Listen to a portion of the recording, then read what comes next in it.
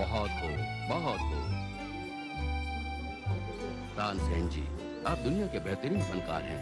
आप लाजवाब हैं। शुक्रिया हुजूर, आपकी इनायत है बस। मुझे यकीन है मुझसे भी अच्छे कई फनकार हैं दुनिया में। आप शर्मा रहे हैं। आप सबसे बेहतर हैं। जी हुजूर, तानसेन जी सबसे बेहतर हैं।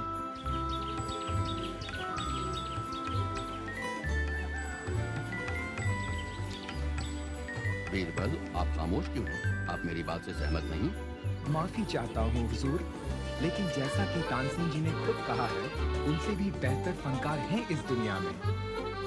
बीरबल, आपको चुनौतियां पसंद हैं। खैर, मैं चाहता हूं कि आप तानसेन जी से बेहतर फनकार ढूंढ ना आए।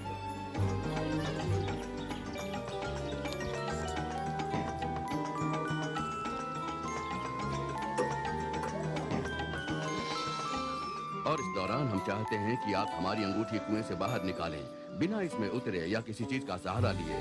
क्या आप इसे कर पाएंगे? हुजूर, जहाँ तक एक फनकार की बात है, तो तानसेन जी के गुरु ऐसे ही एक फनकार हैं। तानसेन जी आपके गुरु? जी हुजूर, वो मेरे गुरु हैं और एक महान गायक हैं। वो अभी तीर्थ यात्रा पर गए हैं और 1 महीने बाद लौटेंगे। हुजूर, क्यों ना हम उनके लौटने का इंतजार करें और तब तक मैं आपकी अंगूठी निकालने का तरीका भी ढूंढ लूंगा। ठीक है बीरबल, तुम्हें दोनों चुनौतियों को पूरा करने के लिए 1 महीना है।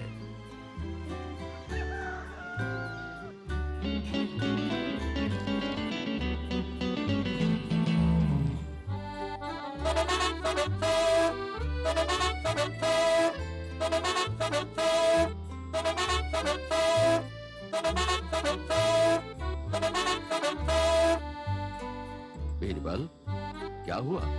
क्या तुम अपनी बात भूल गए? कहाँ हैं तानसेन जी के गुरु? हुजूर, मैं कुछ भी नहीं भूला हूँ। गुरुजी अपनी यात्रा से लौट आए हैं। तो फिर वो इस दरबार में मौजूद क्यों नहीं? हुजूर, वो दरअसल अपने घर से बाहर नहीं निकलते।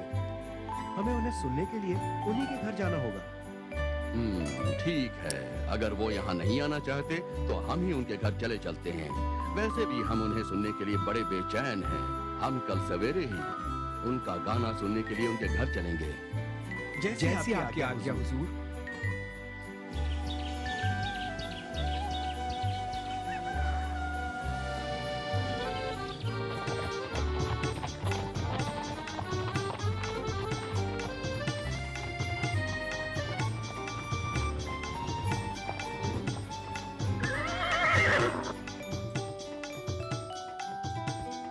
अब यहाँ से आगे हमें पैदल चल के जाना होगा हुजूर। घोड़ों पर यहाँ से जाना मुमकिन नहीं। अगर आपके गुरुजी इतने महान फनकार हैं, तो वो ऐसे वीरान जंगल में क्यों रहते हैं? उन्हें दुनियादारी से दूर एकांत और शांति में रहना ज्यादा पसंद है।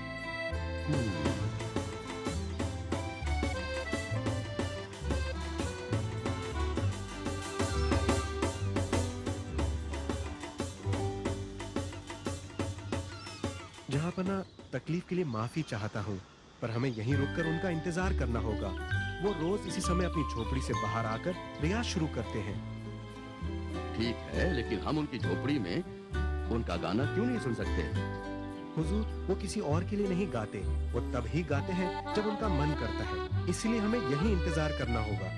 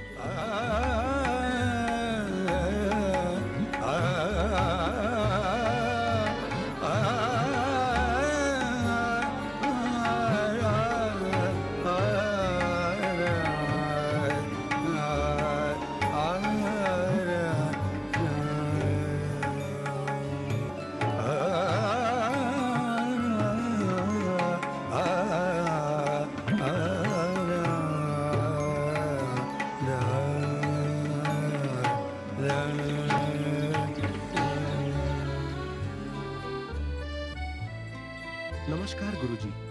ओह धन्य भाग हमारे, आइए पधारिए।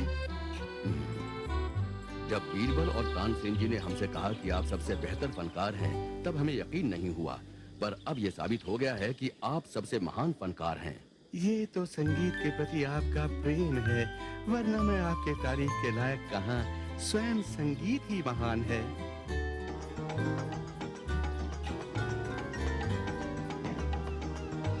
मुझे अच्छे फनकार की पहचान है गुरुजी।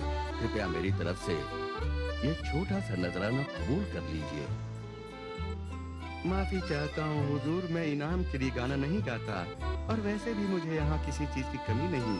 ये इनाम आप किसी जरूरतमंद को दे दीजिए।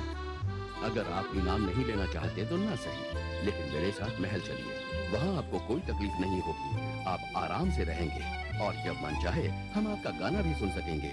माफी चाहता हूँ हुजूर, परंतु मैं इस जंगल में अपनी छोटी सी कुटिया में बहुत खुश हूँ।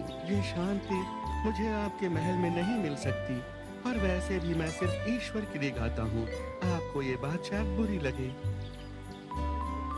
अब आपकी भावनाओं की कदर करते हैं, लेकिन आपको कभी किसी चीज की जरूरत हो तो हमसे जरूर कहिएगा। अब आज्ञा दीजिए। ये बताइए कि वो इतना अच्छा और आपसे भी बेहतर कैसे गाते हैं तानसेन जी? दरअसल हुजूर, इस सवाल का जवाब मैं देना चाहूंगा। गुरुजी सिर्फ ईश्वर के लिए गाते हैं, जबकि तानसेन जी आपके लिए और हमारे लिए गाते हैं। और गुरुजी पूरी भक्ति के साथ गाते हैं, जो सिर्फ इस दुनिया और उसके ऐशो आराम को त्याग करने से ही प्राप्त होती है। हम आपकी बात से सहमत हैं, लेकिन उस दूसरी चुनौती का क्या हुआ?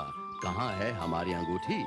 हुजूर, हम उस कुएं के पास से गुजरेंगे और वो अंगूठी आपको मिल जाएगी। ये तो हमें देखना होगा।